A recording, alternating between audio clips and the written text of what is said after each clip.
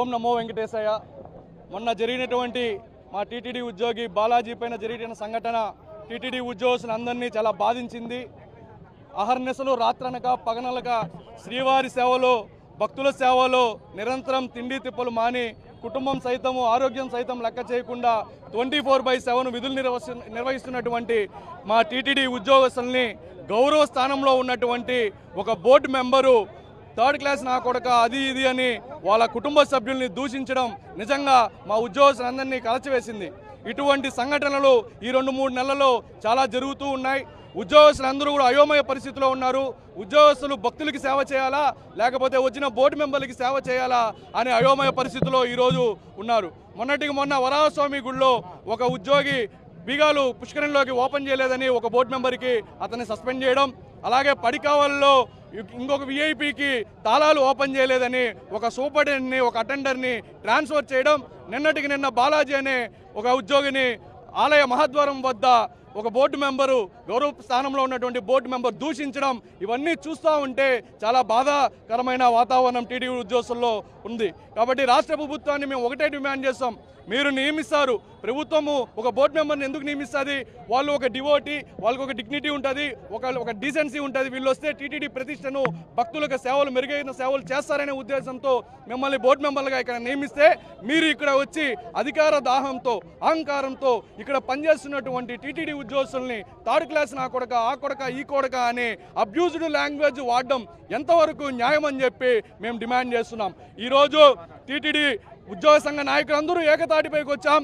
మా ప్రణాళిక మేము నిర్ణయించుకుంటున్నాం. పెద్దలందరం కూడా కూర్చొని ఈ రోజు కానీ స్పందించకపోతే అటు ప్రభుత్వం కానీ ఇటు మేనేజ్మెంట్ కానీ స్పందించకపోతే రేపు కూడా ఒక కార్యక్రమానికి కూడా పిలుపు ఇవ్వబోతున్నాం పెద్దలతో మాట్లాడుకొని.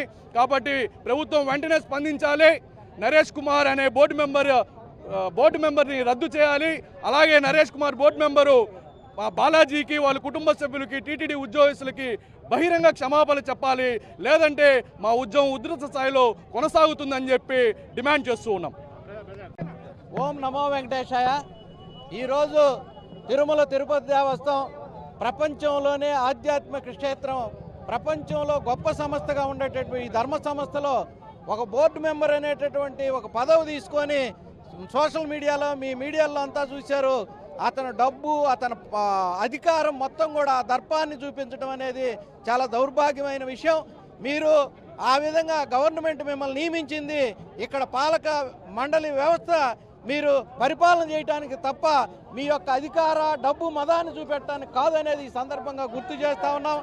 ఎవరడి అనాలంటే వారం రోజులు పసుపు బట్టలు వేసుకొని శ్రీవారి మీద భక్తులతోటి అనేక దూర ప్రాంతాల నుంచి వాళ్ళు వచ్చి మరి మొక్కులు చెల్లిస్తూ ఉంటారు.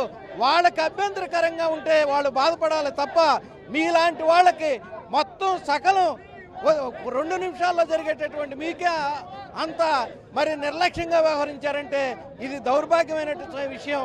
కాబట్టి దీన్ని మీరు అతన్ని ప్రభుత్వం స్పందించి నరేష్ కుమార్ని వెంటనే సస్పెండ్ చేయాలని ఈ సందర్భంగా డిమాండ్ చేస్తా ఉన్నాం. వెంకటేశయ్య, మేము ఒకటే చెప్పదలుచుకున్నాం, తిరుమల తిరుపతి దేవస్థానం ఉద్యోగులంతా కూడా ఒకే ఐక్యతగా ఉండి ఉద్యోగుల యొక్క సమస్యల పైన మేము పోరాడుతున్నాం. మాకు ఎటువంటి ప్రభుత్వాల మీద ద్వేషం లేదు. మా ఉద్యోగుల యొక్క సమస్య మాకు ఇంపార్టెంట్. కాబట్టి ఎవరు ఏమేం చేసినా ఉద్యోగుల యొక్క సమస్యను తీర్చాల్సిందిగా ఈ పత్రికాముఖంగా తెలియజేస్తున్నాం. ఈ సమస్యను వెంటనే ఒక కొలికి తీసుకురావాలని ఈ సభాముఖంగా తెలియజేస్తున్నాం. ఓం నమో వెంకటేశాయ. టీటీడీ ఉద్యోగి బాలాజీ పైన ఒక బాధ్యత కలిగినటువంటి పాలక మండలి సభ్యులు శ్రీ నరేష్ కుమార్ గారు మొన్న బాధ్యత లేకుండా